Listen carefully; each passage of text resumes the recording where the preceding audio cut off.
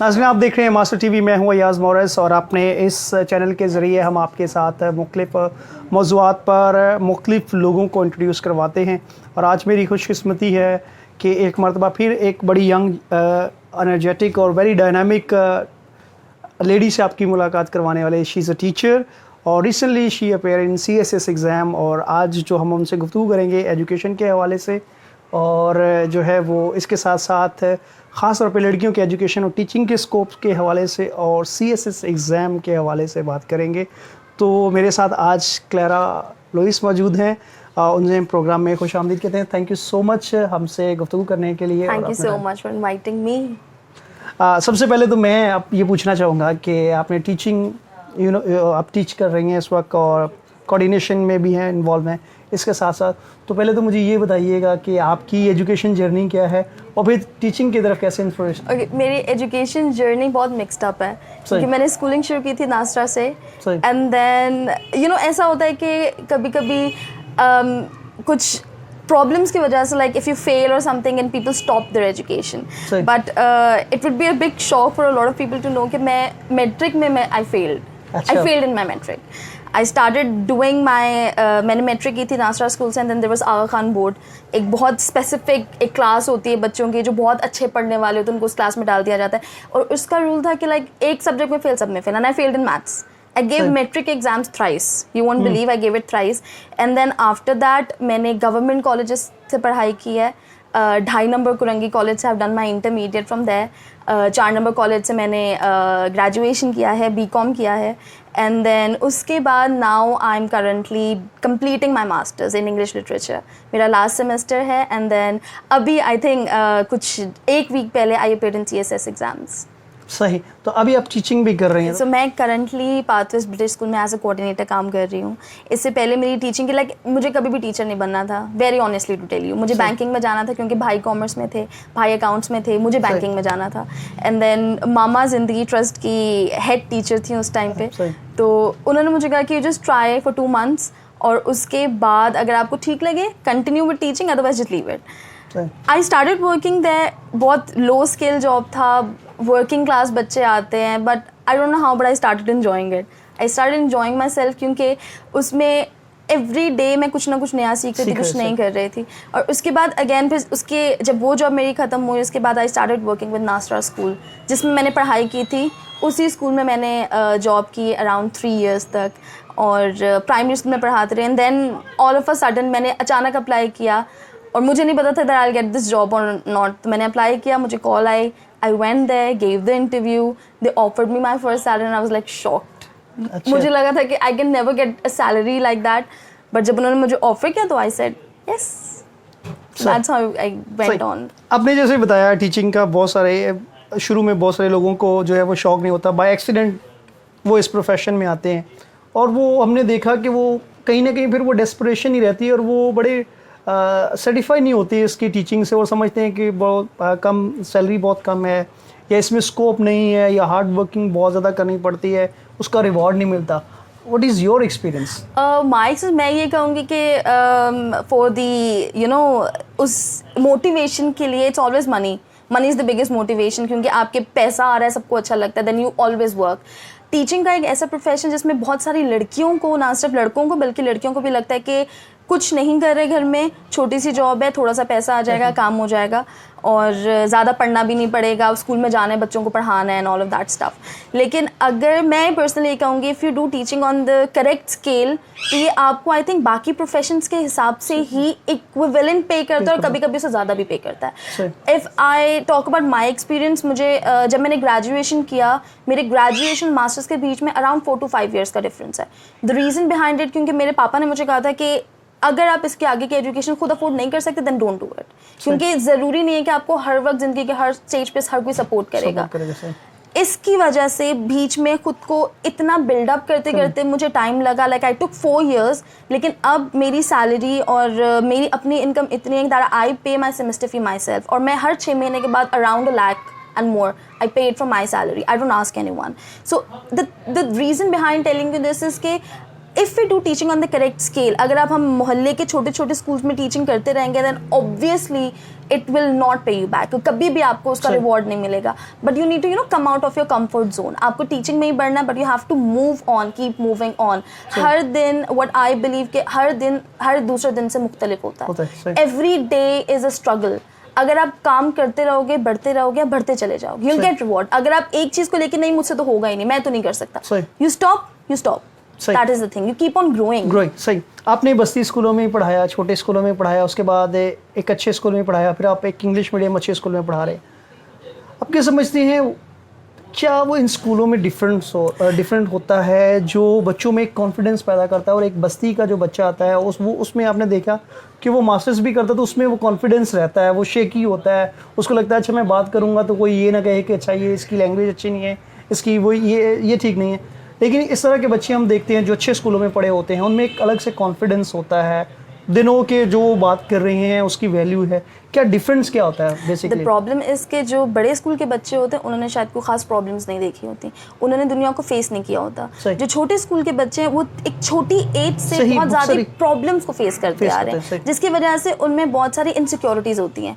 अगर मैं कामयाब नहीं हुआ तो मेरे घर में क्या खाएंगे, मैं काम नहीं करूंगा तो मैं घर में क्या लेके जाऊंगा, मेरी शादी हो गई तो मेरे बच्चों को कौन पालेगा. ये सारे इश्यूज होते हैं जो बच्चों को पीछे खींचते हैं, हमेशा पीछे खींचते हैं. And then lack of encouragement, कोई इनकरेज करने वाला नहीं होता. They are left. ऐसा है कि एक समंदर में एक छोटी मछली को अकेला छोड़ दिया, it's just like that.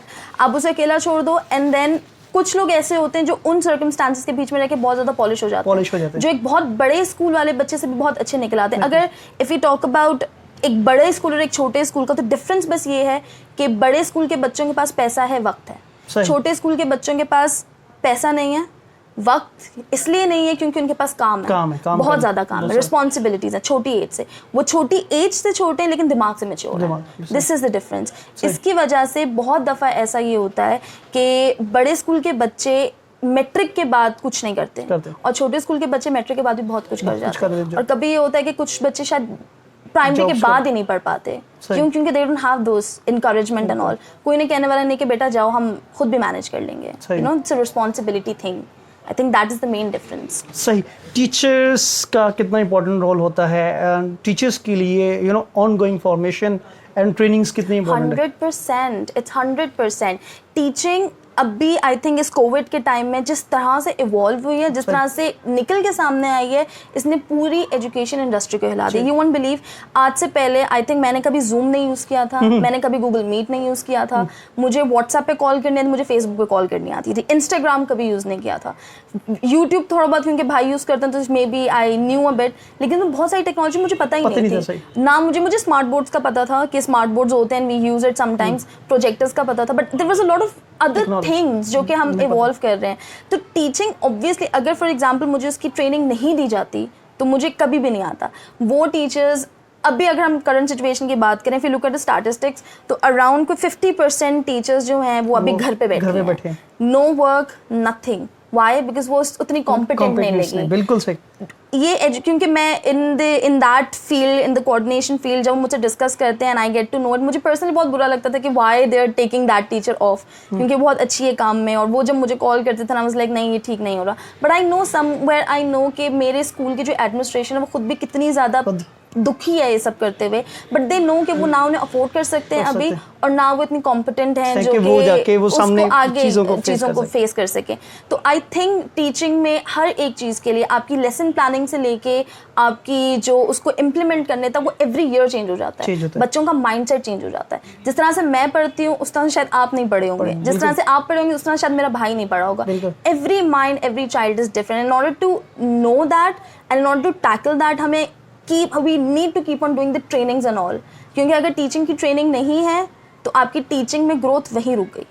You know, it's very important. बिल्कुल. जैसे आपने जिक्र किया कि हर साल चीज़ें इवॉल्व होती हैं, चेंज हो रही होती हैं, लेकिन मैंने बहुत सारे टीचर्स को देखा है कि जब उनको ट्रेनिंग्स के लिए कहा जाता है तो वो कहेंगे कि हम इतने सालों से पढ़ा रहे हैं, हमारा इतना 20 साल का एक्सपीरियंस है, ज़िंदगी का एक्सपीरियंस है, आप हमें क्या बताएंगे.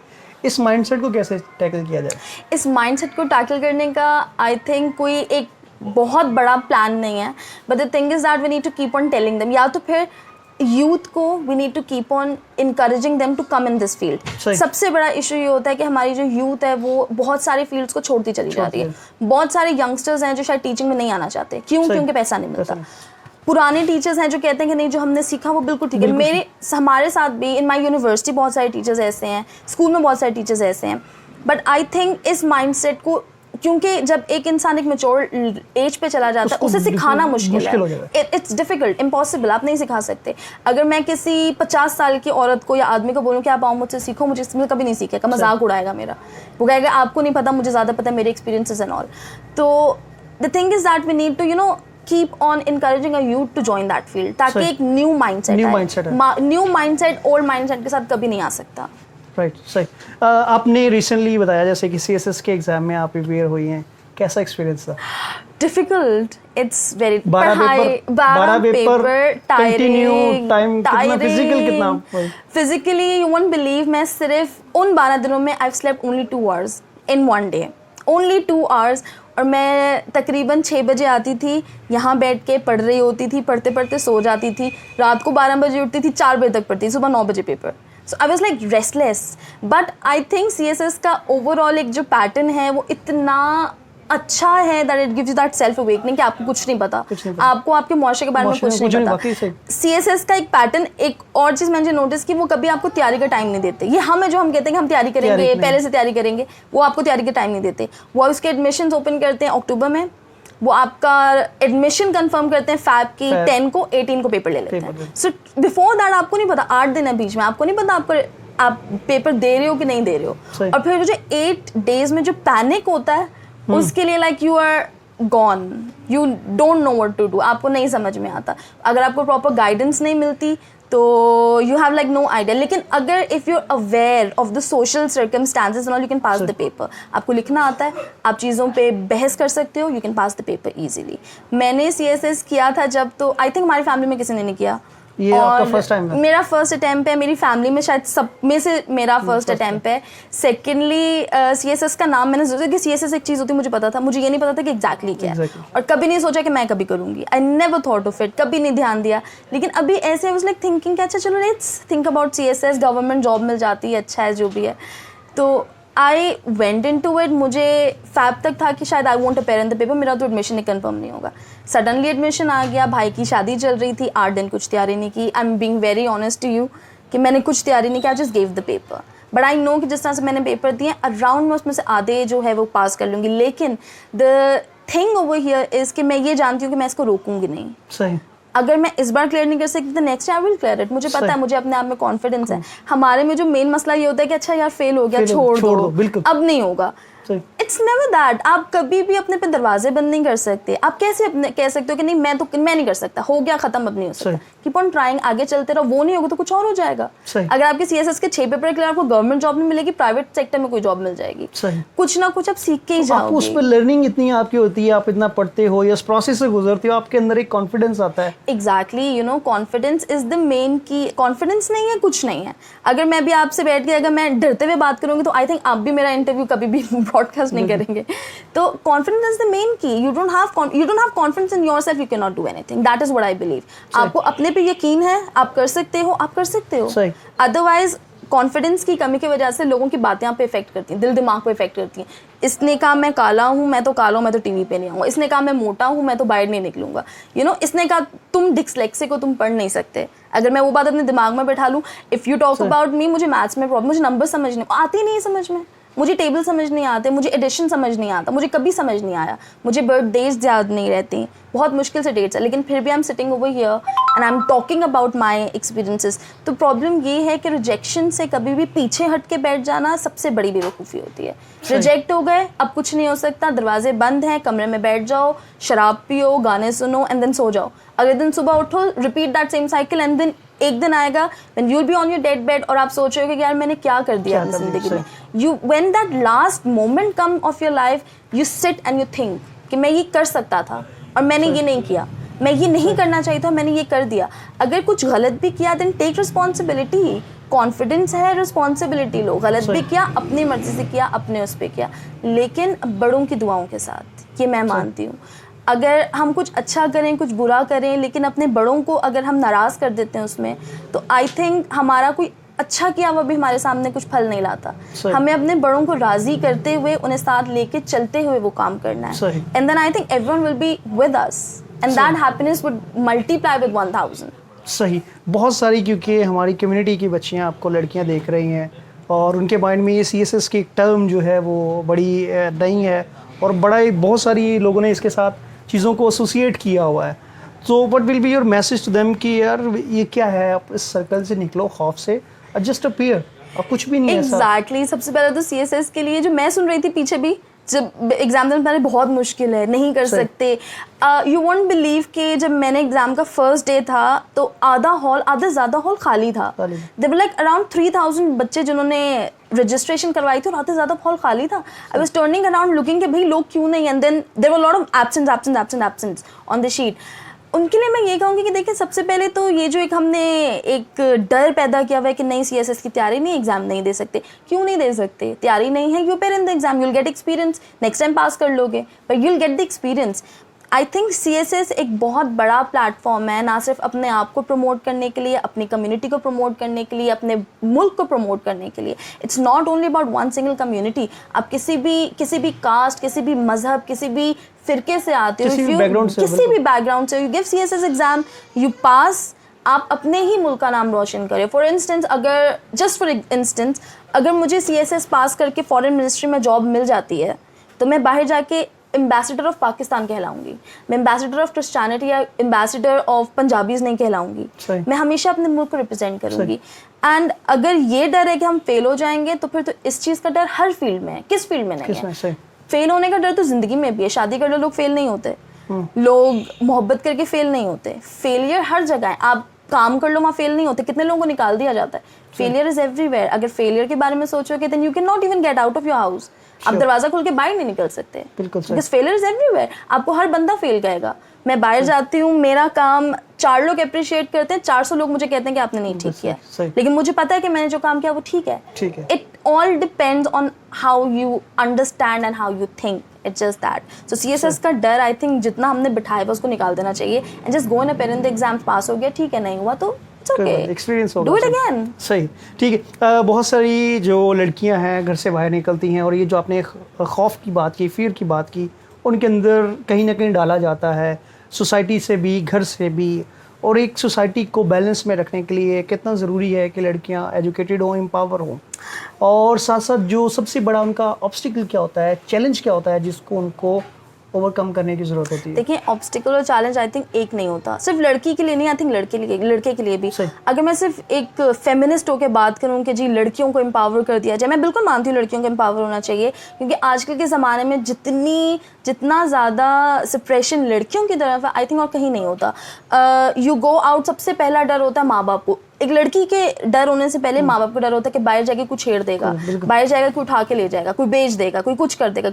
डर है, सच है, क्यों नहीं सच है, बिल्कुल सच है, दुनिया में होता है। जितने केसेस हुए हैं हम सब ने देखे हैं, जो रेप केसेस हुए हैं, जो किडनैपिंग केसेस हुए हैं, हम सब ने देखे हैं, नोटिस किया है, विटनेस किया है उस टाइम को, लोगों के इंटरव्यूज टीवी पे देखे, और ऑब्वियसली हमारा दिल धड़क उठता है उस बात पे, परेशान हो जाते हैं कि यार मेरी भी आगे बेटी है। लेकिन इसके लिए बहुत ज़रूरी है, लेकिन एजुकेशन का मतलब सिर्फ ये नहीं है कि मैं सिर्फ एक बड़ी सी किताब और मोटा सा चश्मा लगा के बैठ जाऊँ and then that is my education. नहीं, एजुकेशन आपकी सेल्फ डिफेंस भी है। आपको पता होना चाहिए, यू शुड बी अवेयर कि आपके आसपास कोई इंसान किस तरह से बिहेव कर रहा है। अगर कोई आपको अच्छा सिग्नल नहीं दे रहा, आपको किस तरह से उससे खुद को अलग करना है। अगर आप उस चीज़ को नहीं समझोगे, ज़्यादातर ये होता है कि जो लड़कियाँ घर से बाहर नहीं निकली होती, मैं उनकी बात नहीं करी कि जो घर में जो अपनी मर्जी से रहना चाहती हैं, दैट्स वंडरफुल, घर में रहें, ज़रूर है, आपकी मर्जी, आप रहना चाहते हैं रहो, लेकिन व्हेन यू गो आउट, जब आपकी शादी होती है, आप बाहर जाते हो, आपको बहुत सारी चीज़ें फेस करनी पड़ती हैं। अगर आपके पास एजुकेशन नहीं है, पहले आपके पास कॉन्फिडेंस नहीं है, आपको पता है आपका शौहर आपको मारता है, पीटता है, शराब पीता है, आपको ताने देता है, जो भी करता है, आपको उस चीज़ को बर्दाश्त करना है, क्योंकि आपको उसको चार रास्ता नहीं है। If you are educated, you know कि आपको ये सब कुछ, आप इस चीज़ को डिज़र्व नहीं करते हो। कोई भी इंसान, ना कोई आदमी, ना कोई औरत कभी भी इस चीज़ को डिज़र्व करता है कि कोई और आदमी आके उस पर हाथ उठाए। कोई नहीं करता, किसी का हक नहीं है कि कोई आपको आके मारे। दूसरा सबसे बड़ा डर जो आई थिंक जो एजुकेशन से एक औरत में जो एम्पावरमेंट आती है, वो है खुद एतमादी, सेल्फ कॉन्फिडेंस बिल्कुल। जो अपने अंदर से बिल्डअप होता है कि हाँ ठीक है, आई कैन डू इट, मैं फेस कर सकती हूँ। ना सिर्फ ये, आई थिंक आप अगर आप एजुकेटेड हो, ना सिर्फ आप अपने आप को बल्कि अपनी फैमिली को सपोर्ट कर सकते हो। आजकल का जो टाइम है वो इतना फास्ट है कि अगर किसी की job, it's like a race, आप भाग रहे हो, गिर गए, आपको कोई नहीं उठाने वाला, सब निकल जाएंगे आगे। अगर एक औरत पढ़ी लिखी है, वो अपने शौहर को उस वक्त उठा सकती है जब वो गिर जाता है, वो अपनी फैमिली को लेके चल सकती है। इसके अलावा education, if we talk about women empowerment, तो पिछले दिनों एक औरत मार्च चल रहा था जिसमें बहुत ज़्यादा स्लोगन्स बाहर निकल के आए थे, अपना मोज़ा खुद ढूंढो, अपना खाना खुद गर्म करो, ये करो वो करो। अगर इसी तरह के स्लोगन्स आदमी कहेंगे जाओ अपने लिए खुद कमा के लाओ, तो where are we standing then? सही। देयर इज़ नो, एक वो आया था मेरी जैसा मेरी मर्जी, जिसको बहुत गलत तरह से लोगों ने लिया गया था, जिसमें आई थिंक ये था कि you can not touch me without my will, सही। आप मुझे नहीं हाथ लगा सकते। I think that was the reason, that was the meaning behind that slogan. लेकिन अगेन उसको मैनिपुलेट कर दिया गया। क्यों? क्योंकि हम इस चीज़ को एक्सेप्ट नहीं करना चाहते। हम ये नहीं देखना चाहते कि एक औरत रोड पे निकला है। हमें, हमारे लिए मेन देखना ये है कि वो औरत स्लोगन लेके रोड पे निकली क्यों है, क्या ज़रूरत पड़ गई है, क्यों बाहर निकल रहे हैं औरत मार्च करने के लिए, क्यों वेस्टर्न कैनन में भी जो है वो वुमेन्स मार्च हो रहा है, क्यों फेमिनिज्म की ज़रूरत हमें पड़ रही है, क्यों उसकी वेव्स आ रही हैं। फेमिनिज्म की लास्ट वेव 2014 में आई थी, उस वक्त में जब मैं अपनी ग्रेजुएशन कर रही थी, उस वक्त में जब शायद मेरी मामा स्कूल में पढ़ाती थी, उस वक्त फेमिनिज्म की तीसरी वेव आई थी दुनिया में। क्यों? एक ऐसे वक्त में जब वक्त इतना मॉडर्न हो चुका है, इतना आगे बढ़ चुका है, तो उसमें हमें फेमिनिज्म की क्यों जरूरत है? क्यों हमें एक मुहिम की जरूरत है कि हम औरत को सपोर्ट करने के लिए एक मुहिम बनाएं? हम एक पॉलिटिकल लीडर खड़ा करेंगे, जी जाओ जाओ औरत के बारे में बात करो। क्यों? वो इसलिए क्योंकि हमारे अंदर अपनी खुद अगर, और एक चीज़ और जो वुमेन एम्पावरमेंट पे अगर हम कहते हैं, the day when a girl is born, जब आप ये कहते हो कि आपके घर बेटी आएगी, कि मैंने एक आई थिंक फेसबुक पे कहीं सुना था, जब आप ये कहते हो कि आपके घर बेटी आई, डिस्क्रिमिनेट आपने उसी टाइम कर दिया। डिस्क्रिमिनेशन वहीं से स्टार्ट हो गया। बेटी आई है ठीक है, बहुत सारे लोग हैं जो पहली औलाद बेटी नहीं चाहते। मैं खुद ये चाहती थी मेरे भाई की पहली औलाद बेटी पैदा हो। क्यों? क्योंकि बेटी माँ बाप को सपोर्ट करती है। जितना एक बेटा अपने माँ बाप को लेके नहीं चलता, शायद बेटी लेके चल सकती है। और वो बेटी कैसे लेके चलेगी? अगर उसमें खुद एतमादी एजुकेशन से नहीं है, तो वो कैसे अपने माँ बाप को लेके चलेगी? कल फॉर एग्जाम्पल, खुदा ना करे, मेरे फैमिली में सब बहुत अच्छे हैं, शुक्र है खुदा का इस बात पे बहुत, लेकिन अगर कल मेरे भाई मेरे माँ बाप को घर से निकाल दे, तो वो कहाँ जाएंगे इस एज में? कहीं नहीं जाएंगे। अगर मैं खुद अपने आप को, अगर मैं खुद इतनी डिपेंडेंट इनके ऊपर रहूँगी, अगर वो मुझे घर से निकालते तो मैं कहाँ जाऊँगी? You don't know, right? क्योंकि in the future you never know how circumstances change. आप नहीं जानते कोई इंसान किस तरह से बदल जाएगा, यू नो। जिसके लिए एजुकेशन, एक औरत की एम्पावरमेंट में आना एक औरत का इस हिसाब से बहुत ज़रूरी है। अगर एक औरत की एम्पावरमेंट का मतलब है कि मैं घर का काम नहीं करूंगी और मैं खाना नहीं पकाऊंगी और मैं सफाई नहीं करूंगी, तो ये एम्पावरमेंट नहीं है, ये जहालत है। मैं इस बात को जहालत मानती हूँ। अगर मैं पढ़ी लिखी होकर मैं किचन में अपने लिए खाना नहीं पका सकती, अपने माँ बाप के लिए खाना नहीं पका सकती, तो मेरी इस पढ़ाई का कोई मोल नहीं है। मेरी ये पढ़ाई जो हवा की तरह उड़ रही है जगह जगह, मैं सबको दिखा रही हूँ कि देखो मैं जीन्स टी शर्ट पहन के मैं पढ़ी लिखी हूँ, दैट इज़ नॉट एजुकेशन। ये सिर्फ अपने आप को शो ऑफ करना है। This is wrong. ये एक रॉन्ग परसेप्शन है। छोटे कपड़े पहनना पढ़ी लिखी होगी, बड़े दुपट्टा लेना पढ़ी लिखी नहीं। लोग बुरखे में भी जो है वो आई थिंक बहुत बड़ी बड़ी पोस्ट पे बैठे हुए हैं। Is it wrong to take dupatta और take shawl and then sit in front of the camera? It's not wrong, it's just mindset. सही सही, थैंक यू सो मच। बहुत अच्छे तरीके से आपने चीज़ों को एलेबोरेट कर दिया, and I am very hopeful कि जो हमारे व्यूअर्स हैं, जो आज हमारा मकसद था इस प्रोग्राम को कंडक्ट करने का और जो टॉपिक था वो हमने बड़े अच्छे तरीके से एक्सप्लेन किया। So thank you once again, बहुत बहुत शुक्रिया। नाज़रीन, इसी के साथ आपसे इजाज़त चाहेंगे। अपना बहुत सारा ख्याल रखिएगा। Thank you so much.